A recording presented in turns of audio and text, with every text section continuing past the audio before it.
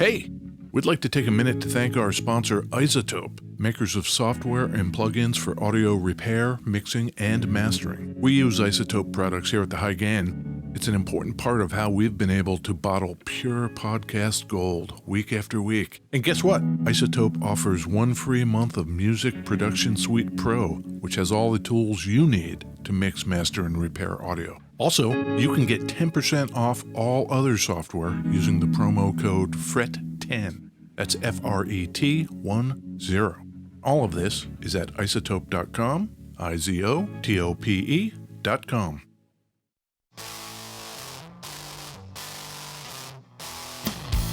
Oh, hey, it's me, Ed Peterson. Hi, Ed. It's me, John Kiltica. John, what's going on? Oh, not much. Hanging out, chilling. It's a Sunday. It is. We're doing the Lord's work over here. Sure. I got my Uggs on. We're heading into fall, so I'm rocking the Uggs. Ugg weather. I love it. Yeah, We talk about guitars. we do. Beautiful West Seattle. Beautiful West Seattle is right. We talk about ugly paint jobs on guitars. Oh, man, do we. I sat down and I couldn't see the guitar because it was like behind the table there. Yes. And I was like, it's a Strat. And you were like, yeah. And man, you then pulled it up and I don't know what to think about that. What year is it? This guitar is a 1983 Stratocaster. Is it a refin? It is not a refin. Ugh, from the factory like that. Kind of. Okay. The finish on here is swirly paint. Yeah. Over the years, this has come to be known as the bowling ball finish. These are the Stratocaster bowling ball guitars. Specific to Stratocasters, they're called the bowling ball finish. Got it. Yes, and I'm going to muddy the water even further than the swirl finish itself and tell you that there were some Telecasters that had this finish. There's those videos. There's like a bucket of water, Yes. right? And then they put like a green paint down, and then they'll put like a black paint down and a red paint, and they'll make some kind of weird, funky shape. Yes. And then they like dip a hat in it. And when they pull the hat out, it's got whatever they had painted on the surface of the water. Is that what they did with these? That is exactly what they did with these. Why is my Instagram feed full of just the weirdest stuff? I have Like- seen videos of country fairs where they have a big tub of water Yeah. and they put colors that are Sure. toxic-free, water-based, whatever the hell, Yeah. on the water, and then they have somebody dip their whole arm in it. And then pull it out. And so then they get to walk around the fair for the rest of the day with swirly arms. Sure. Well, that's cool. Yeah. The old swirly arm. You know, we're going to get into it. Yeah. Is that a 5-position switch? Yes, Okay. But it's got 2 knobs. it does. Spot what's wrong. Pre-episode spot check. Yeah, exactly. Spot check. Oh, I love it. Yeah. That's the thing, because sometimes it's like, oh, it's a Les Paul, but it's not a Les Paul because it's got 2 jacks and it does crazy shit. I wonder if that's the original trem arm. I will tell you this. Yeah. This guitar is 100% original. Really? Uh-huh. The bridge looks not like a normal Strat. There's something wrong with it. You have eagle eyes, Ed. Do I? You do.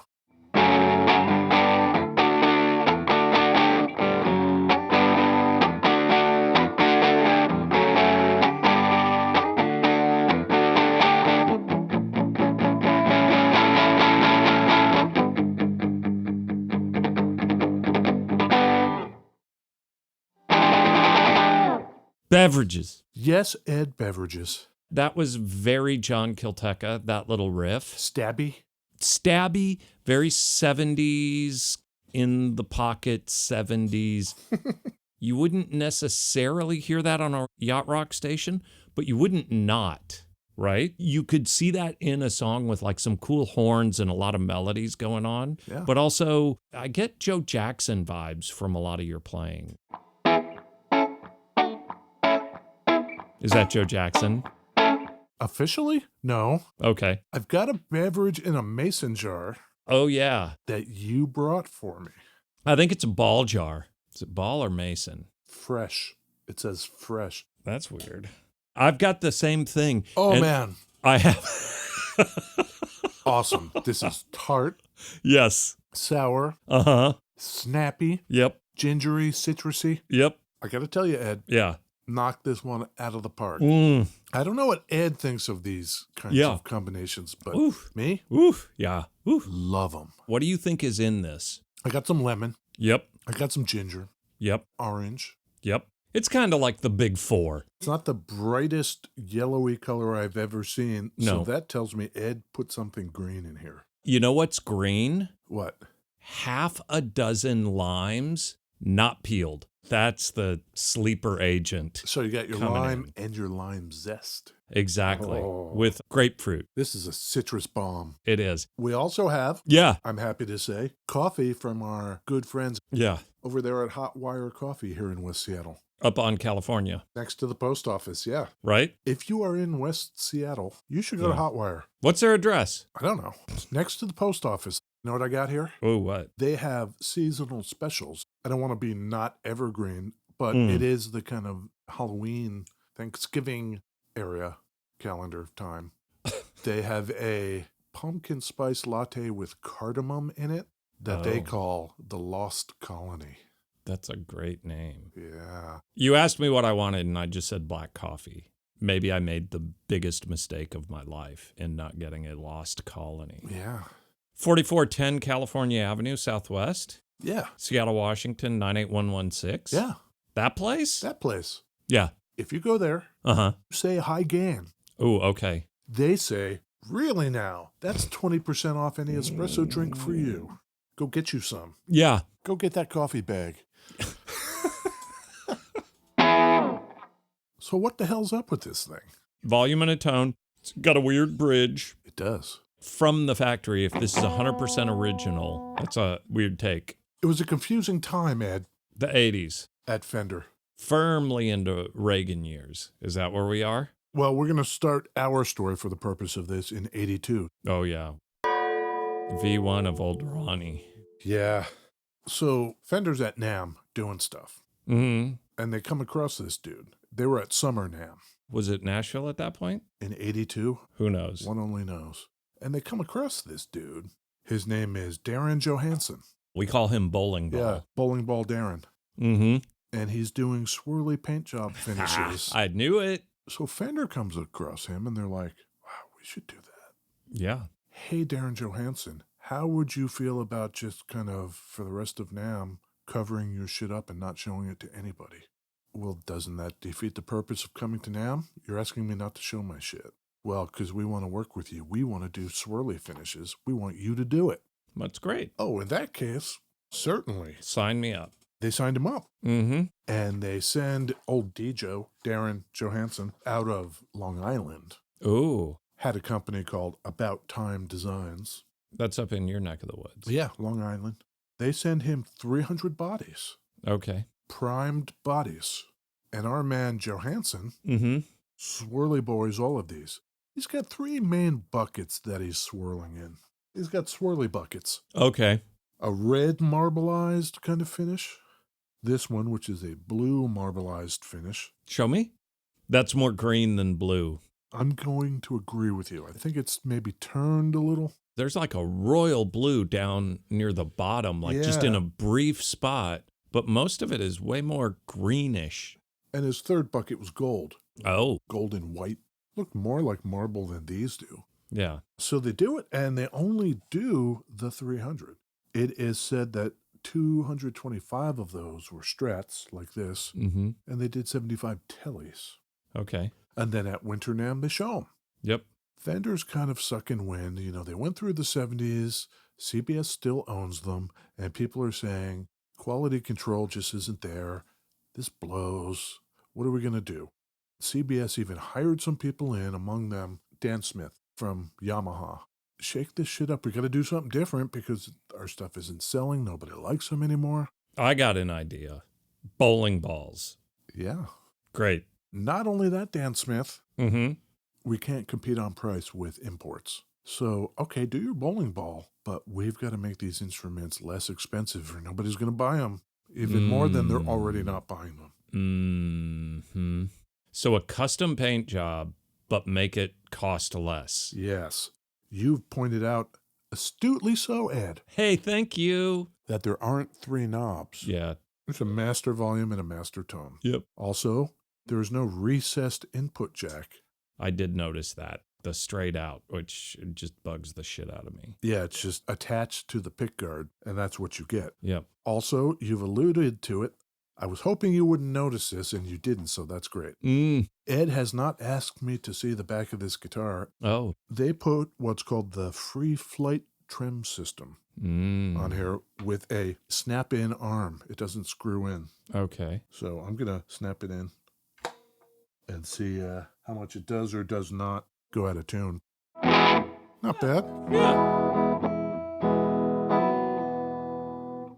The thing with the free flight, you route in the top underneath the pickguard, and the springs in the tremolo go underneath so that you don't need a hole for the block, because there is no block. They just load through the top. You see that? Yeah. So as a result, you don't need to take all the time to make the complicated cuts through the whole body it would take to put a regular trim. Look at that. Oh. I'm showing Ed the back of the guitar where there is no hole. Huh.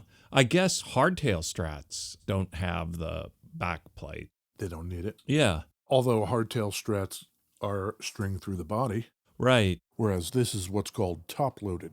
Yeah. They were trying to cut corners however they could. Huh. It seems like they had to pay that dude some amount of money for the 300 bodies. Sure, they had to pay the dude to do it. I don't know how much. Should we hear what this sounds like in all the various places? Yeah. Okay. Position 1, bridgy bridge.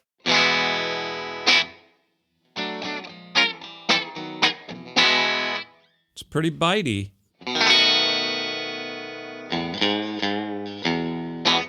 Position 2. Bridge in middle. Position 3. Is position 3 all 3? Position 3 is just the middle pickup. Okay. And then 4 is middle and neck, with 5 being neck. I'll roll down the treble to illustrate that.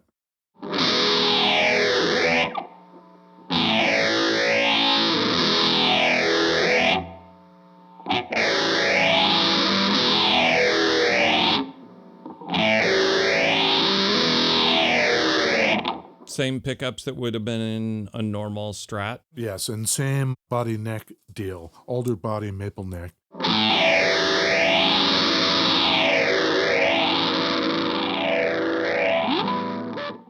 It didn't go well.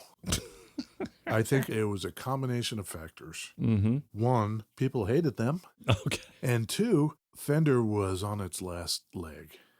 Yeah.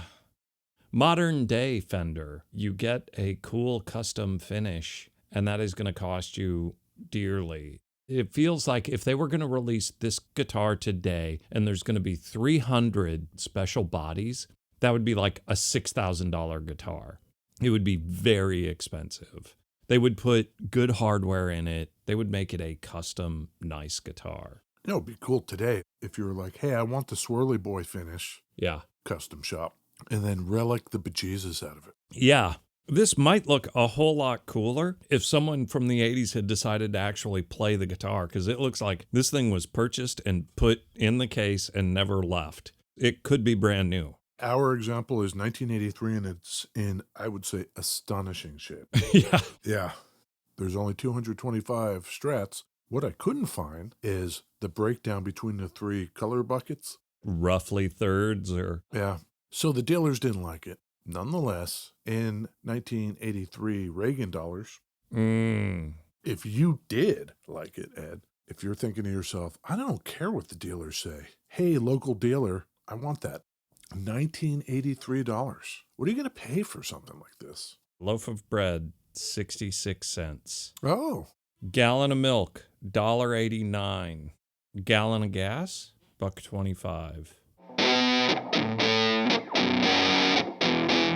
It feels like most of those things have 4x'd. Okay, well, if that's true, If that's true, this guitar would have been less than 2,000 today dollars. They made this guitar as the low-end version. I'm going to make it easy on myself. okay. I'm going to say it's a $300 guitar. It was $700. Yeah. $100 of that was the paint job. Why would you throw a very expensive paint job on a very cheap guitar? Why would you do that? That seems dumb. Usually I just go gut, 83, and then I just throw a number at you. You got to trust yourself, Ed. Exactly. Trying to do some math based on the cost of bread is apparently not the way to do it. It's way more fun, though. Maybe. Oh. Yeah. So in today dollars, It's like $2,100. $2,100. How much was a regular Strat back then? Well, that's the weird thing. Regular Strat was like $600 too. What? They didn't really consider this the low end. Right, but the options on this are less than you would get on a regular Strat. This is CBS, right? What are you doing, guys? Fender 2023? They can get away with that. They can do stupid shit all they want and people love it. 1983? That's not going to fly with you Reagan boys. And it didn't really fly because in 1985, CBS had had enough. They sell Fender outright to an investment group led by our man William Schultz. You remember Schultz? Schultzy. I mean, that was sort of their last hurrah. And I don't know if you also remember that when they sold it to Schultz, they were like, oh yeah, and by the way, the price does not include the factory. Oh, crap, we're going to send manufacturing over to Japan until we can move to what ended up being Corona and build a new damn factory. Right. So the irony in that is that this here bowling ball ended up being one of the last models created in the U.S. before CBS sold the whole endeavor. I can imagine that Johansson is thinking, wow, look at that. I'm getting $25 each for these, and this is going to lead to more work. I'm going to become a go-to swirly boy. Right. He did sell probably more swirly guitars than anyone else. He probably did do that. He was the go-to swirly boy. It's just 300 guitars is the problem. We're not done with him. Oh. When Schultz buys Fender, one of the first things they do is move production to Japan because they had to. What's Schultz up to? Schultz? We don't pre-dong. Was an American engineer. William Charles Schultz, 2006, September 21st. We lost him on my birthday at age 80. I was probably having cake. I probably felt it, like the Star Wars thing where there's like a disturbance and Ben Kenobi gets all lightheaded. One forkful of cake just goes in sideways. Yep, exactly. Of course, you write it off at the time. Yep. How could you know? R.I.P. But somebody must have had some affinity for this because in 1987, they attempt a reissue. Okay. Let's put feelers out this time and see what happens. So they get to Johansson. Will you do us like 20 of these? We're going to send them to some of our great dealer friends.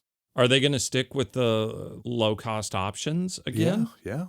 They did that. They made 20. They sent them out, and unanimously, the dealers were like, no fucking way. They sent them all back. So what happened to them? They were sold to Fender employees. Oh. Once in a blue moon, you'll see a 1987 bowling ball Strat, and it's one of those employee ones that never was on the open market. I wonder if those have some weird resale value.